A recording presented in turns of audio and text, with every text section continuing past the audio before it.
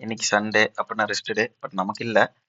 காலைல எழுந்திரிச்சு பொறுப்பா பல்லுகள்லாம் விளக்கிட்டு காய்கறி கடைக்கு போயிட்டு காய்கறிலாம் வாங்கிட்டோம். அப்படியே காய்கறி வாங்கி முடிச்சுட்டு சிக்கன் எடுக்கலாம் அப்படின்னு சொல்லிட்டு கறி கடைக்கு போயிட்டு சிக்கன்லாம் எடுத்துக்கிட்டு வீட்டுக்கு போகலான்னு திரும்பும்போது ராகுலும் இஜாஸும் வந்திருந்தானுங்க. அப்படியே அவங்கள பார்த்துட்டு ஹாய் சொல்லிட்டு வீட்டுக்கு வரலாம் பார்த்தா நம்ம அண்ணன் பின்னாடி நம்மள ஃபாலோ பண்ணிட்டு வராரு.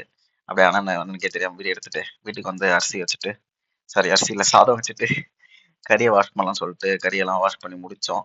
அதை அப்படியே இன்னைக்கு சமைக்கிறதுக்கு ஒரு இதுலயும் அப்புறம் ஒரு அடுத்து கொஞ்ச நாளைக்கு தேவையான எடுத்துக்கலாம்னு பார்த்தேன். அப்ப எடுத்து வைக்கும்போது பார்த்தா இவர் நான் சின்ன பீஸா வெட்ட சொன்னேன், பெரிய பெரிய பீஸா வெட்டி போட்டாரு.